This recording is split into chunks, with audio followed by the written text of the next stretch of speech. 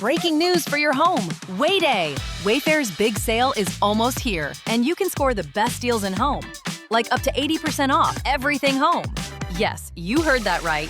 80% off with free shipping on everything. Plus surprise flash deals all Way-Day long. We're talking outdoor furniture and essentials, rugs, and more. All at Wayfair, and all up to 80% off during Way-Day. Shop Wayfair's Way-Day from April 25th through 27th. Wayfair, every style, every home. History as it happens, April 10th, 2026. Martyrs and Survivors, the Iran-Iraq War. It was in the early hours of this morning that Iraqi tanks ground across the border into Iran. The Iraqis' declared aim is to control the Shatt al-Arab waterway, up which ships sail to the Iraqi port of Basra. Supported by the arms of the imperialist East and the material and moral support of the imperialist West. To look in particular at a regime seeking supremacy in the Gulf and at its remarkable president, Saddam Hussein. The charge has been made that the United States has shipped weapons to Iran as ransom payment for the release of American hostages in Lebanon. If the Iranians did try to control the straits and stop oil shipments from all the Gulf states, America might feel sufficiently nervous to Outside, 7 missiles fell within an hour during this latest round in the War of the Cities. With dawn in Baghdad came the first day of truce in the Iran-Iraq War. The ceasefire between the warring nations took effect at 7 a.m. The longest war between two countries in the 20th century was an existential war for Iran. Over 8 years, an estimated 500,000 soldiers were killed, including child soldiers sent to the front lines to clear minefields. Missiles and bombs rained down on cities. Chemical weapons were used. The war drained both countries and ended without a victor, but it galvanized Iranian society around its new revolutionary leaders, who crushed all dissent and consolidated their power. The regime survived, just as it's surviving another war today. That's next as we report history as it happens. I'm Martin DeCaro. We're going to bring them back to the Stone Ages where they belong.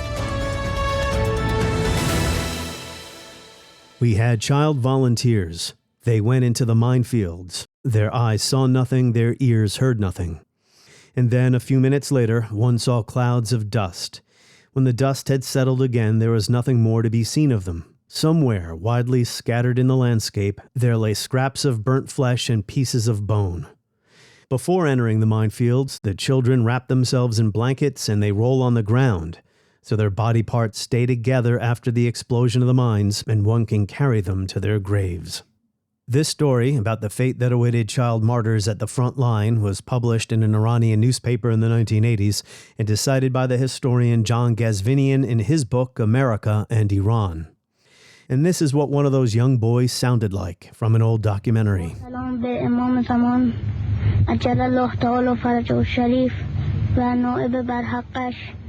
My Lord, open my breast for me and make my affair easy for me, he said.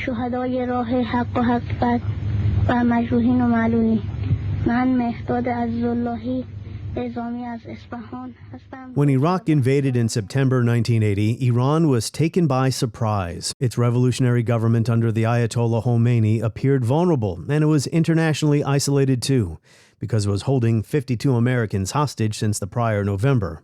In Iran, there have been new threats against the hostages, threats inspired by the new United States policy that does not any longer rule out the use of force. The 222nd day of captivity, the 285th day of captivity. By December 1980, the Iraqi offensive had bogged down after meeting unexpectedly strong Iranian resistance. The quick, decisive victory dreamt by Saddam Hussein was just that, a dream. But what are Iraq's ultimate objectives, and what might they do next? We asked a defense analyst to speculate. Their immediate objectives is to capture the whole of the area around the Shatt al-Arab waterways, having abrogated the 19... And then in 1982, led by the Zealots in the Islamic Revolutionary Guard Corps, Iran pushed all of Saddam Hussein's armies back across the border. But rather than suing for peace, Khomeini went for the kill, and the war would drag on for another 6 years at an enormous cost in blood and treasure. Total casualties may have surpassed 1 million. Today was day one of the long-awaited ceasefire in the Persian Gulf War. Iraq has charged Iran with one ceasefire violation, but for all practical purposes, the truce seems to be holding. With dawn in Baghdad came the first day of truce in the Iran-Iraq War. The ceasefire between the warring nations took effect at 7 a.m. But long before sunrise... It was the longest interstate war of the 20th century. But despite that amazing fact, you don't hear about the Iran-Iraq War much in the United States, which may be one reason why U.S. leaders do not understand Iran. In an interview with New Lines magazine, political scientist Hussein Benai says the lived memory of the Iran-Iraq War activates a well-worn repertoire of wartime governance, rallying the population around sacred sacrifice, delegitimizing dissent as treachery, and drawing on institutional muscle memory built through 8 years of total war mobilization. The target is the big refinery on the outskirts of Baghdad. This has become an economic war, but even in this sort of warfare, civilians get hurt. Almost 100 killed in the past week. The war was as, if not more, important to forging Iran's post-revolutionary identity and cementing clerical rule as the 1979 revolution itself. And it is an integral part of a national narrative, a national chronology. As Benai, along with Malcolm Byrne and the late John Turman, wrote in their 2022 book, Republics of Myth, about the U.S.-Iran relationship since 1953, they say the overthrow of Mossadegh, the U.S. support for the oppressive reign of the last Shah, the enforced isolation of the Islamic Republic of Iran, the support for Saddam Hussein in the Iran-Iraq War, the excruciating sanctions imposed for nearly 4 decades, the false accusations about Iran's compliance with the 2015 nuclear agreement, and President Trump's withdrawal from that deal, the killing of General Soleimani. These actions, among many others, exemplified America's attempt to control, subdue, and undermine Iran. In America, they say, Iran's post-1979 leadership was depicted as irrational, mad mullahs, violent and deceitful, the very embodiment of the savage. Hussein Benai teaches international studies at Indiana University Bloomington. He is an expert on U.S.-Iran relations and Iran's political development. Tap subscribe now in the show notes for ad-free listening, early access, and all of our bonus content. Or go to historyasithappens.com. Supercast will set you up so you can continue listening to the podcast in the same place you're listening right now. Hussein Benai, welcome to the podcast. It's wonderful to be with you. Thank you for the invitation. You don't hear too often, at least in the U.S., about the importance of the war we're going to discuss here, in Iran's modern identity. We hear quite a bit about 1979. Matter of fact, President Trump mentioned 1979 as part of the narrative. Iran's been at war with us since the Islamic Revolution. Why do you think the Iran-Iraq war doesn't get enough time or enough attention here in the U.S.? It's a very good question, and I think there are probably 2 broad reasons. One is this war takes place in the last 8 years of the Cold War as well. This is a period in which the U.S. is kind of super focused on its rivalry with the Soviet Union as well. It's the Reagan administration that is very intent on, extinguishing that particular ideological enemy, adversary of the United States. The other reason, which is we'll get into here, is that this is a war that largely the United States played on balance, kind of an unsalutary role. It not only backed one side of this war that it came to very quickly regret, Saddam Hussein's invasion of Kuwait and the Desert Storm and the first Persian Gulf War comes after this war. America's role in supporting Saddam in the Iran-Iraq War is not something that you want to necessarily revisit or talk about. And that's very natural for states in their national narratives, is that you don't talk about the things that don't reflect well on you. So I think that second reason is probably a more dominant role than the first one, which, it's no small thing, managing a superpower rivalry with the Soviet Union at the end of the Cold War. When you think about the Second World War, which was already now more than 80 years ago, that still plays a huge role in our living memory today, right? In our popular culture, in our national identity, our sense of greatness as a superpower. So it would make sense that this war, which I don't think anyone actually won, but certainly you can say the Iranian regime prevailed, it survived, it consolidated power, it forged its identity, right? This war is so important to Iran today, wouldn't you say? what is often overlooked about this war is that it is one of the longest interstate conventional military conflicts of the 20th century, a century that saw two world wars, a major Cold War, no shortage of intractable conflicts, proxy wars between the superpowers during the Cold War. And yet, this one, lasting 8 years between two conventional militaries, is one of the longest. The Iranians have really felt the impact of this prolonged conflict, not in terms of only their domestic politics, shortly coming after the revolution, being a major consolidating force behind the Islamic Republic as a regime, as a theocracy, but also regionally. Iran kind of seeing itself anew in a regional structure after the Shah has gone from the scene and the Islamic starts to create its own unique identity in the region as well. And of course, when the war started, no one is thinking this is going to go 8 years and turn into a foundational experience for the Islamic Republic of Iran, which starts out the war kind of a wobbly state. It's not clear that the revolutions are going to survive or which direction it might go in or who's going to ultimately lead it. That's why I have you here to clear some of that up. But the point being, Iraq, Saddam Hussein, they initiate this war thinking it's going to be quick and easy. Not that they're going to be bankrupt with 500,000 casualties after 8 years. So before we get to September 1980, when the Iraqi tanks roll across the border, a little bit of background here, because this does start as really territorial disputes, which should have been no big deal, but that's easy for me to say. We know that countries place a lot of importance on territory. There was an agreement in 1975, right? And Saddam Hussein, well, he soured on this agreement. What was that agreement all about? It's called the Algiers Accord or Agreement that was signed between the Iraqi government at the time, in which Saddam Hussein at that point was a vice president in, and the Shah of Iran.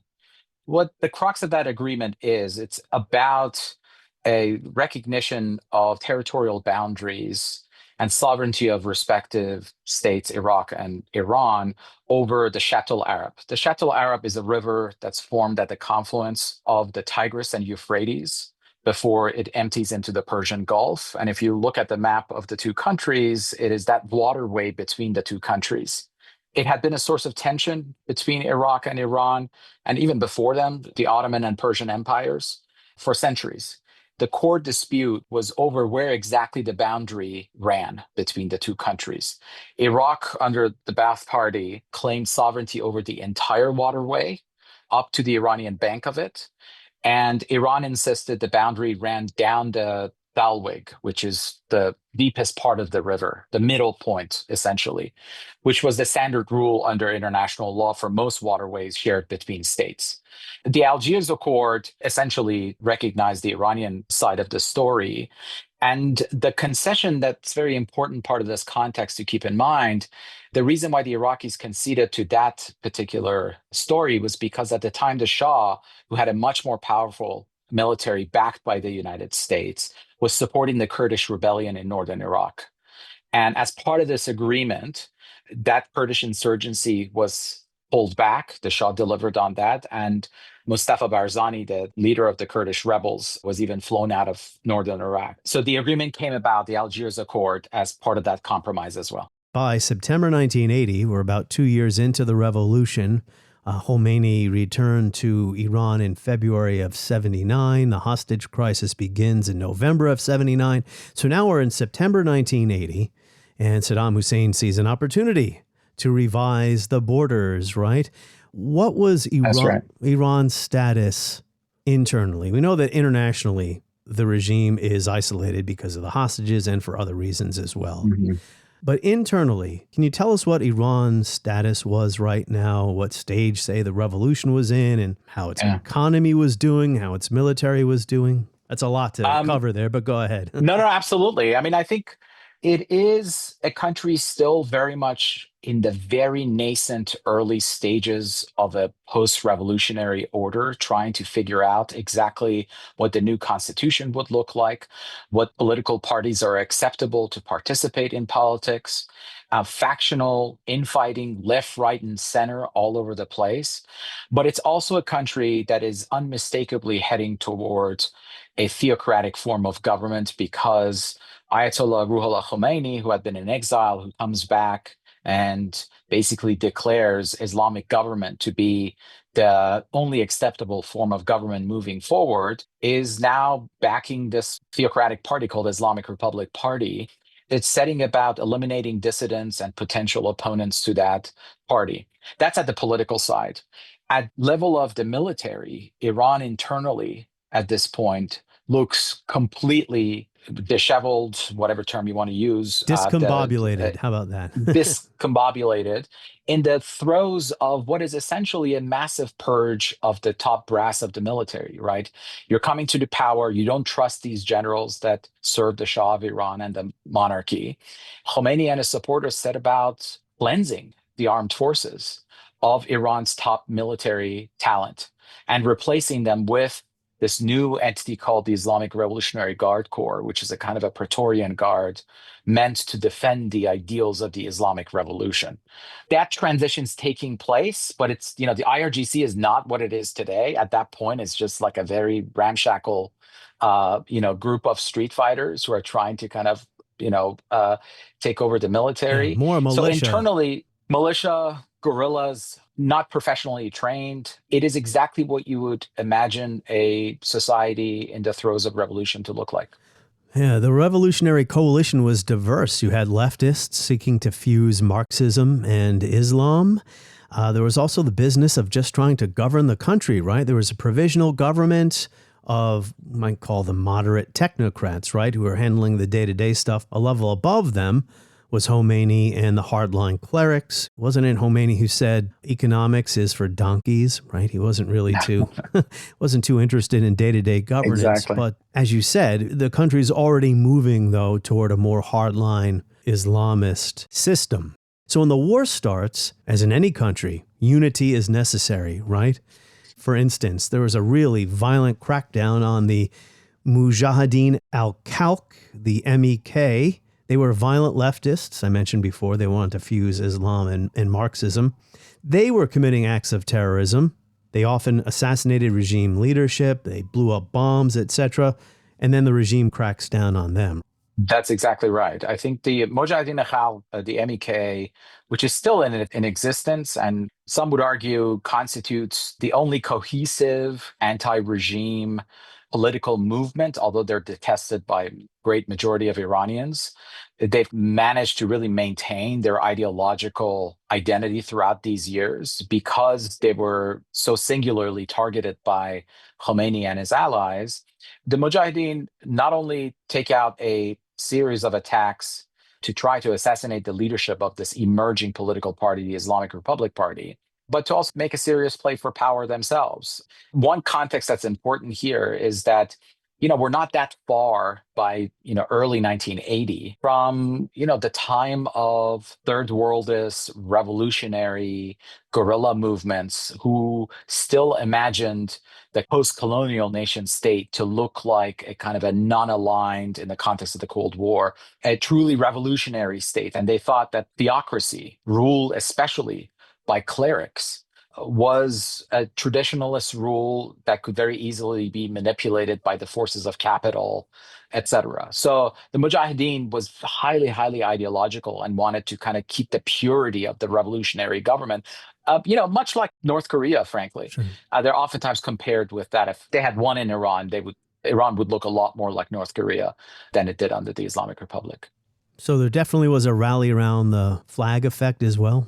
Absolutely. One of the misreadings that Saddam Hussein has of what's happening in Iran, although he reads the, internal chaos pretty correctly, he completely forgets about the Iranian public. He kind of just assumes that this revolutionary takeover by Khomeini runs counter to Iranians' views of themselves, that they would, in fact, rally to overthrow the Islamic Republic. The opposite happens, in fact. Sounds familiar. Yeah, doesn't it? The Iranian people have, had a long experience in this, is that This dictum of, the enemy of my enemy is my friend really does not apply to countries with long civilizational histories, because they have seen multiple episodes where the enemy of their enemy ends up being their enemy again, and they don't want to go down that road. And in this case, with Saddam, I think the Iranian public very quickly calculated that this guy has been agitating against the Algiers agreement for a long time. This is a land grab because he's now pushed into Khuzestan. He's not just stopping at Chateau Arab, which is the oil-rich southwestern province in Iran that Saddam pushes into. And so the public says, yeah, we don't like the Islamic Republic, but we're also not going to allow this other madman to exploit this moment and, break up our country. So by September 1980, then, many Iranians, ordinary Iranians, already have deep reservations about the regime. I mean, it wasn't as unpopular then it is today, but it sounds like people are already starting to have second thoughts about living under Sharia or whatever the Shiite interpretation the clerics adopted to. No question about it. No question about it. Because remember, the point of the revolution was to transition out of absolutist rule of a monarch to a democratic system of government. And Khomeini comes in and he basically substitutes secular monarchy with religious absolutist rule. So in my preparation for this conversation, I learned a lot about what was motivating Saddam Hussein, and it's not surprising to learn that he miscalculated here, as he did later on with the United States. They say that the appetite comes with the eating. So, at first he may have wanted to just revise the territories that he believed belonged to Iraq, the Shatt al-Arab waterway, concerning that 1975 agreement. But does he then believe he has a chance now to go all the way to Tehran and actually conquer the country and get rid of the Ayatollahs? Because he's also worried about the exporting of the revolution in his own country. Khomeini was there in exile in Iraq for a long time, had been there. You're absolutely right that his appetite grows as the invasion starts to take shape. His read on Iran's military weakness initially is completely borne by how quickly his forces are able to move in. He sees the political fragmentation internally inside Iran that is very real. It's remarkable that just as this war starts, internal factional fighting inside Iran still is going on in the early stages. He always saw the ultimate goal of his campaign to, I think, get back at what the Shah was trying to do to Iraq itself by supporting the Kurds in the north. So Iran's fragmentation was for him the ultimate goal. Whether there will be different areas ruled by different ethnicities, that would have been okay with him. It's not that he wanted Iraq to all of a sudden take over a bunch of territory and call itself that. But I should also note that it's very important that as he starts this campaign, his appetite is not only fed by what he sees himself or his military is experiencing, it's also the external signals that he's getting from the West, and more specifically the United States. After the experience of the hostage crisis, 444 days of absolute humiliation at the hand of a bunch of mullahs, which, American leaders were just beginning to learn who they are. What an Ayatollah is. One of the memos I looked at in my work is this astonishing memo where Alexander Haig writes on side of the mullah, what the hell is a mullah? An Ayatollah. The U.S. was so scarred and wounded by the experience of the hostage crisis that it wanted to make sure that this new revolutionary government in Iran was weakened. Saddam picked up those signals from them that they were not necessarily opposing what he was doing. Yeah. And so he continues on that way. And other Arab countries in the region, Arab Gulf monarchies, Saudi Arabia, Kuwait, also participate in that too. They don't want Khomeini's revolution to be exported to their countries either. And the Soviet Union was on the outs as well in Tehran. They had a treaty of friendship with Iraq. That's right. But, whatever Saddam Hussein's ambitions were, his armies get bogged down by the end of 1980, and Iran begins to turn the tide of the war. And maybe this will help us understand why the regime today is so resilient. How do they begin doing this? Maybe you can address some of the developments here that also included human wave attacks and the use of child soldiers as martyrs. This is a very important transition point. So all the way up to 1982, Iran was pretty much on the defensive. As it becomes clear that Saddam is very much intent on push into the Iranian territory as far as he can get, create buffer zones.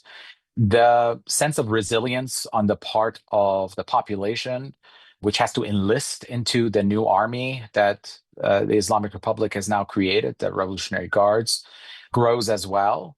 This war becomes a war against not only an imposed war, that term is formally used. I grew up in this period in Iran, I should say, and I remember the propaganda and my schooling. Every morning on the way to school in the radio, there would just be like 2 minutes of recitation of how important fighting the imposed war against Iraq and its backers in the West is. An imperialist war. Sorry to interject here, but this is an important point.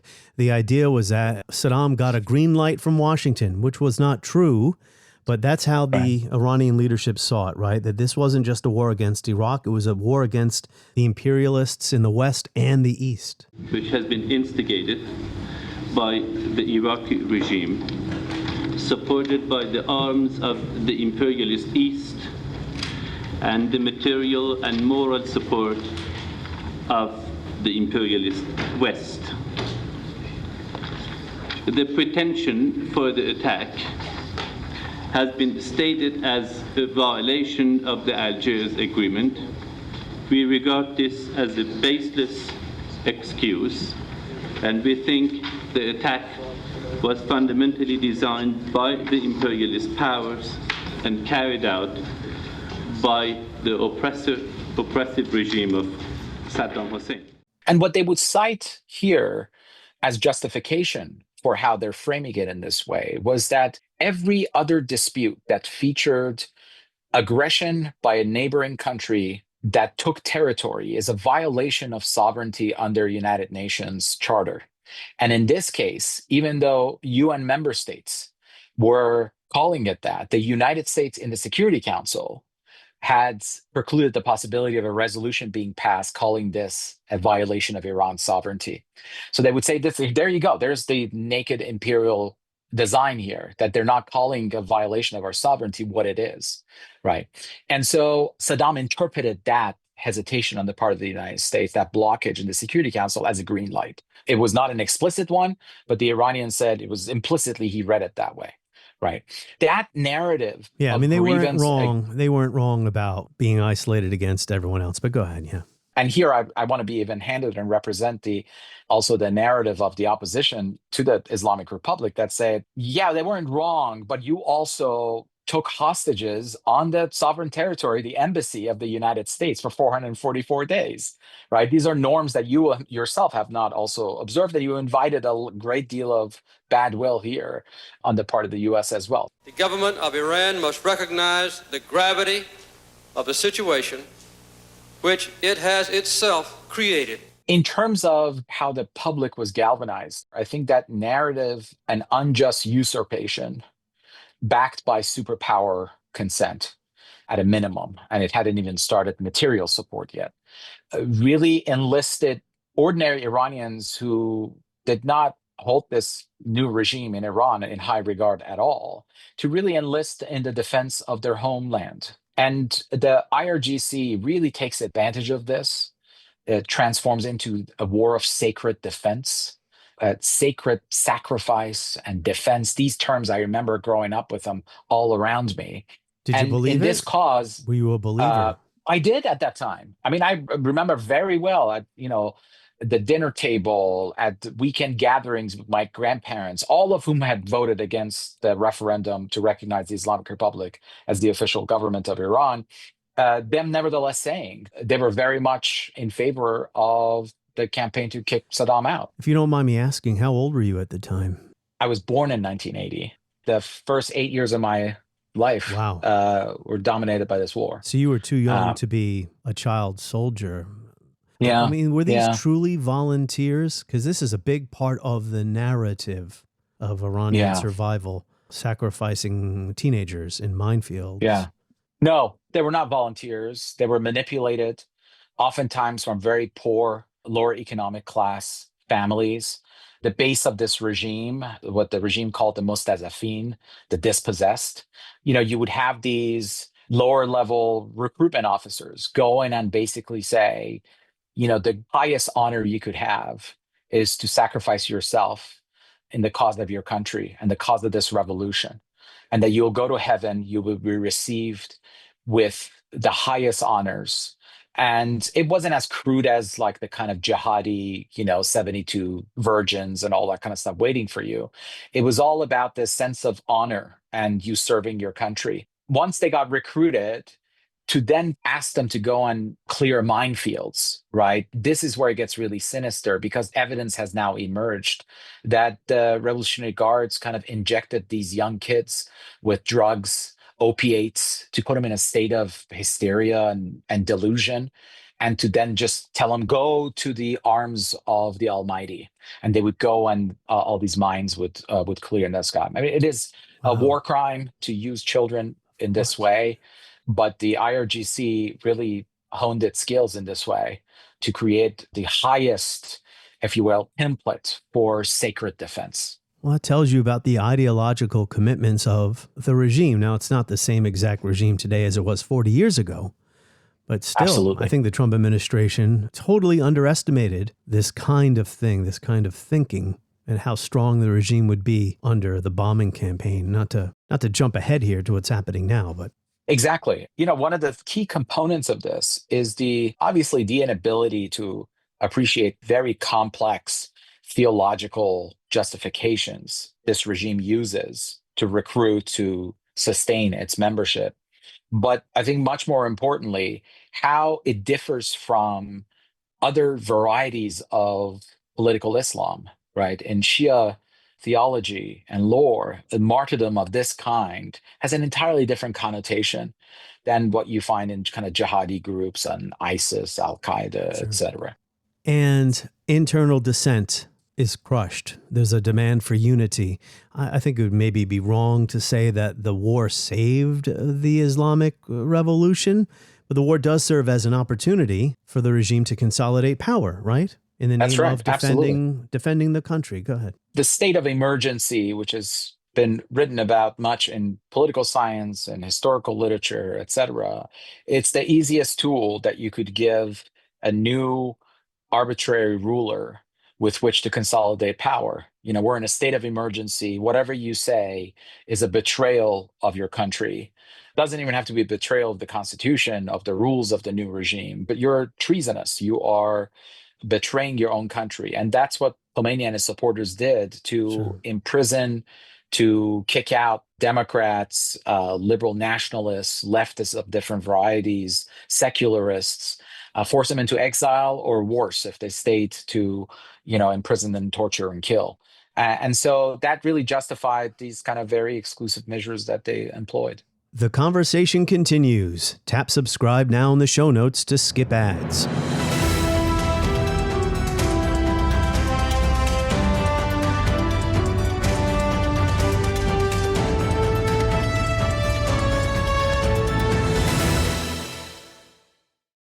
So at the start, it probably did seem like an existential struggle for Iran given Saddam's early successes.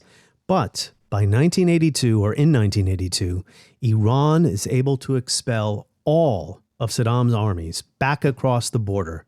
So we're kind of back to where it started in September of 1980. And at this point, any argument the Iranians might have made about having been the victims of aggression goes out the window, because they decide to press their advantage and invade Iraq. Why? Why'd they go ahead and do that instead of suing for peace? There are a couple of good reasons for it. I mean, good meaning in terms of explaining them, not normatively good reasons. Because there are people who opposed to this tactic as well, and I would include myself as well. I think Iran lost the narrative when it did that. But first and foremost, the liberation of the Khuzestan province, which really came down to the liberation of one city called Khorramshahr, translated City of Blood. It was a fierce battle. The Iranian forces really fought heroically. I cannot tell you the number of legends, myths that have been born out of this particular battle that really gave a sense of purpose to the regime that people not only were signing on to this cause, but they were dying for it in unimaginably heroic ways. That, regime turned it into this very effective propaganda. This is probably one of my earliest memories as a 2-3-year-old, of like Khorramshahr became like the big thing. It was like the bumper sticker of the war. That campaign to liberate Khuzestan gave the regime this sense of confidence. It was on this holy mission all the way toward liberation of the city of Karbala and Najaf, which are the holiest sites in Shia Islam. Saddam was the new Yazid, the arbitrary ruler that had killed Imam Hussein, this kind of sacred figure in Shia Islam, and his 72 defenders. And so Iran started to recast the war, and this kind of continues on from the sacred defense language, of the war to basically push out all manner of usurpers, cleanse the soil of that area of these kind of unjust rulers. That becomes, if you will, the theological justification for pushing in. Export the revolution. Export the revolution. The political, more pragmatic justification has to do with the fact that Iran thought that it needed to establish buffer zones because Saddam had proven to be so reliably tempted by territorial invasions and annexation. Create a buffer zone, make him negotiate, and you give him back, but then get some concessions for him that way as well. One last point I'll make here is that it was for demonstration impact to sort of thumb their noses at the world and say, look what we did to a country that was militarily more put together and supported by Western powers. We can push back against this.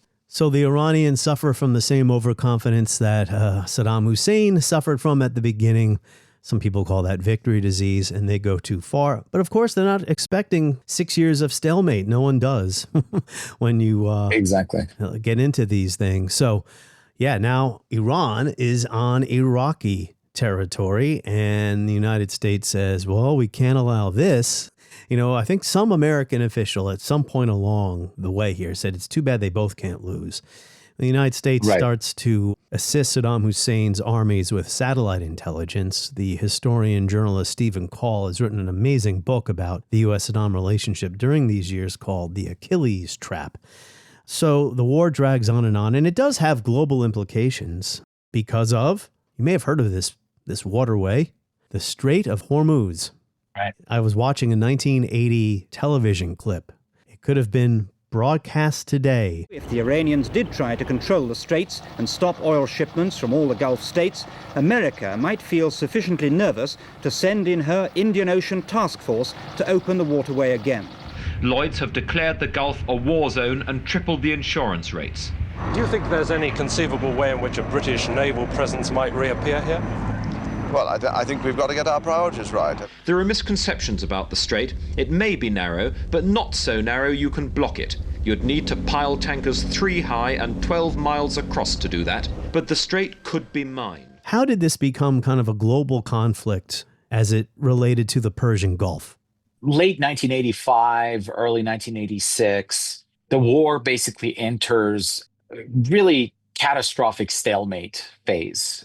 Both sides are losing soldiers, and the war seems like this pointless campaign for, self-glory being fought. Both populations are exhausted. Opposition to the war, factional politics inside is a consideration for Saddam and for Khomeini. And continuation of war, the state of emergency, becomes a kind of a raison d'etre for the continuation of the war in this meaningless way as well. It's very clear that at this point, U.S. entry into this war could be very decisive. And of course, Saddam wants U.S. entry to be favoring his country. Iran is trying to preclude that possibility from taking place. The Soviets are not really interested in getting involved. They're in the kind of the last gasp. They have their own problems in Afghanistan. Yeah. That's exactly right. That's exactly right. So what happens is that the tanker war becomes a way for Iran to signal that it could really use the Persian Gulf and the flow of traffic going through it to really inflict economic damage. And Saddam does the same. It all starts with basically Saddam attacking Iranian oil position, Takharak Island, Iran retaliating, the U.S. engaging in reflagging of oil tankers to allow for their safe passage through the strait. Iran doesn't play the same role that it has played today. It did not drive a very hard bargain around the strait at that point. That's because the U.S. was not acting the way it is today against Iran, an all-out war. So yeah, the global economy starts to really feel the anxiety around what might happen if there is a major war in that area. And so the relevance of it to today, obviously, is that the Iranians really learn that this strategic waterway is a massive trump card they have that they can use. As you said, Hussein, it wasn't until the mid-'80s, with no end to the war in sight, when the two countries began attacking each other's oil tanker shipping in the Gulf. Iran also attacked tankers headed to and from Kuwait and the other Gulf states, prompting the U.S. and several Western European nations to station warships in the Persian Gulf to ensure the flow of oil to the rest of the world, the so-called tanker war. 100 oil tankers were hit. We're not seeing that today. We're not seeing the U.S. or any Western country eager to send their ships into the Persian Gulf or the Strait of Hormuz. It's pretty much understood that it would be a fruitless endeavor. That's right. And I think that is a realization that the Iranian leadership really internalized and started to really incorporate into its strategic doctrine moving forward. And it really puts the Arab Gulf monarchies on notice as well, that they can only kind of mess around with Iran or support against Iran so much. It ends in 1988, as you just said, with a ceasefire. It doesn't appear that anyone actually wins. Do you agree with that? I mean, the Iranians survive. I guess they can consider that a win, a victory. The regime survived and established itself, cements itself in power. But what a disaster for both countries, right? Didn't it drain both countries? Absolutely. I mean, when I teach this in my classes, I say it was one of the longest conventional military conflicts. It was also one of the most pointless wars of the 20th century, in that not only did the two sides end up exactly where their borders were, they lost up to 1 million human beings in this conflict, untold damage to civilian infrastructure, generations of Iranians and Iraqis that grew up with not only PTSD, but physical ailments related to this war. And both countries emerged out of it with very negative narratives about them in world politics. It did neither of them any favor. You know, when we consider in terms of the lessons drawn from this war for Iran, I think immediately you find that this nascent government in Iran, which by the end of the war is almost nearing being a decade old, feels that it now has a sufficient narrative as an anti-imperialist government, anti-secular, anti-Western, and especially anti-American. And that becomes the basis of the narrative that the government forms moving into the 90s and, you know, shapes Iranian domestic politics. Something really weird happened during that 8-year war. The Iran-Contra scandal. Yes. It's just hard to understand how it fits into all of this, because the United States was opposed to Iran, but then was selling weapons through Israel to Iran. How do you... To fund the Contras in Nicaragua. According to Reagan, he really wasn't selling arms for hostages because he believed he wasn't selling arms for hostages. We did not, repeat, did not trade weapons or anything else for hostages, nor will we. A few months ago, I told the American people I did not trade arms for hostages. My heart and my best intentions still tell me that's true, but the facts and the evidence tell me it is not. Make it make sense, the Iran-Contra scandal, or at least the U.S.-Iran part of that. Because I know there's so much distrust. Saddam Hussein, although he was getting assistance from the United States, looked at Iran-Contra saying, you know what, I really can't trust these Americans. Look what they did here. That's right. How about for the Iranians? I mean, they hated the United States, death to America, but we'll take your weapons, right? That's right. I think the key lesson I take away from this is that, and we've talked enough about the ideological solidity and cohesion of the regime and the theological aspects of this, is that no human-made government is above everyday practical necessities. That even in the midst of a very difficult, entrenched war, seemingly inflexible leaders are actually up for negotiation and deal making. And that's what you take away from the Iranian government, is that it really does give you the appearance of inflexibility and enmity for enmity's sake, etc. But you could actually do business with them. And they'll do business even with the Zionist entity, quote unquote, the Israelis, right? And knowing full well what they were doing. So we should never think that diplomacy of any kind is off the table. And on the American side of it, I would say, this is the great power prerogative. You can, absorb looking hypocritical to your temporary ally because you're a great power. Well, Reagan was right about something, even though he went about it a very wrong way.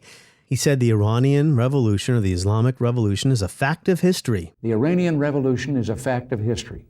But between American and Iranian basic national interests, there need be no permanent conflict. He understood that to have any kind of enduring peace in the Middle East, Iran was essential to that.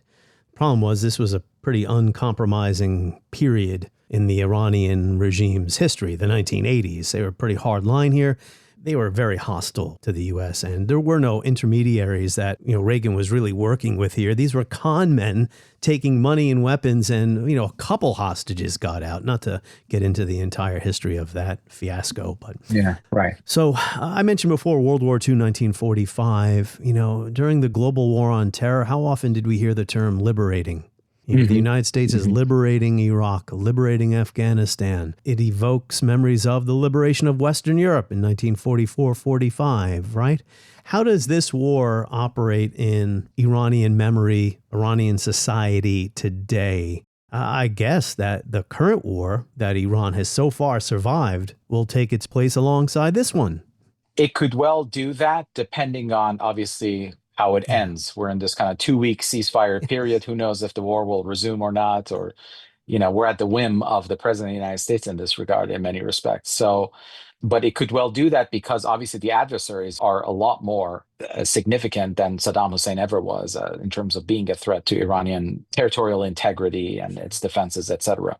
So I would divide my answer to that question into two parts. The one is in the eyes of the supporters of the regime and the base of this regime, especially those kind of veteran commanders and their families who experienced the Iran-Iraq war. Yeah, they're still around. We're talking about their sons and daughters now participating in this war.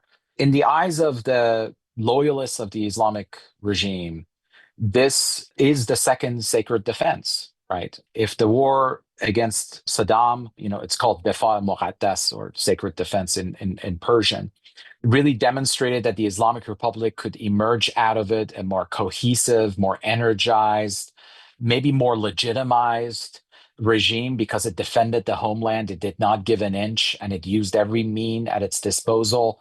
Under sanctions, under global isolation, it can rejuvenate itself. There's a better future ahead for the Islamic Republic. Among the ordinary Iranians who are not loyal to this regime and who very much wish it gone, I think the legacy of the Iran-Iraq war, they remember that war, as my family does, as a vast reservoir of resilience, both in terms of narratives, but everyday experience as well. It demonstrated that Iranian society, Iranian culture can survive a kind of a duplicitous set of international players and attacks from outside, but also a menacing, repressive, duplicitous government inside as well. I've heard a lot of that over the course of the last 2 weeks, especially among Iranians in the diaspora and my own family member, some of whom are still in Iran, that will survive this. We did it in those 8 years that were very dark. And this time around, we will as well. And they know it. They know that we're not going to leave them alone after this war has ended. We were still going to agitate. We're going to fight for greater rights, representative government, et cetera. So that resilience is a big part of the story. The word you used before, legitimacy. It's simply amazing that the regime, which had delegitimized itself, some thought was on its way out after the protests, the violent crackdown in January of this year. The water shortages, the economic mismanagement, the isolation, the sanctions, that it now might emerge from this war, depending on what happens, in a stronger strategic position, holding the Strait of Hormuz hostage, having potentially weakened or accelerated the strategic decline of the United States in that region. U.S. can't defend its own bases in the Persian Gulf. Right. The fact that it might come out of this somewhat stronger despite taking quite a beating from the air war here, right? Wow. Yeah, it's remarkable. I mean, it's remarkable, as you said, how their fortunes could have changed so quickly in a matter of 4 weeks, all in the name of a coordinated military campaign that was supposedly completely give us a new Iran, right?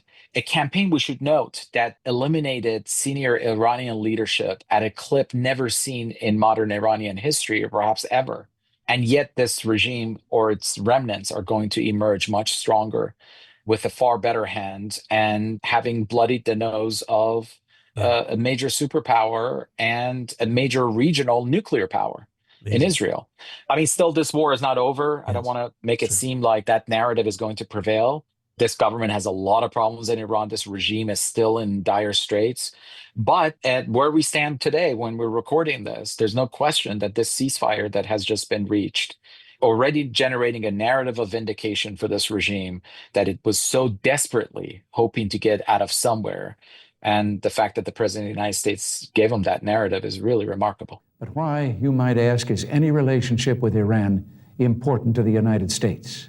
Iran encompasses some of the most critical geography in the world. It lies between the Soviet Union and access to the warm waters of the Indian Ocean. Geography explains why the Soviet Union has sent an army into Afghanistan to dominate that country, and if they could, Iran and Pakistan. Iran's geography gives it a critical position from which adversaries could interfere with oil flows from the Arab states that border the Persian Gulf. Apart from geography, Iran's oil deposits are important to the long-term health of the world economy. For these reasons, it is in our national interest to watch for changes within Iran that might offer hope for an improved relationship. Until last year, there was little to justify that hope. At the same time, we seek no territory or special position in Iran. The Iranian Revolution is a fact of history, but between American and Iranian basic national interests, there need be no permanent conflict.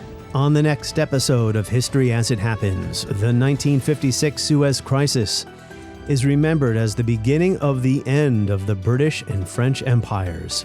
Will the United States war in Iran today be remembered the same way? That is next, as we're joined by historian Salim Yaqub as we report History as It Happens. Make sure to sign up for my free newsletter. Just go to Substack and search for History as It Happens.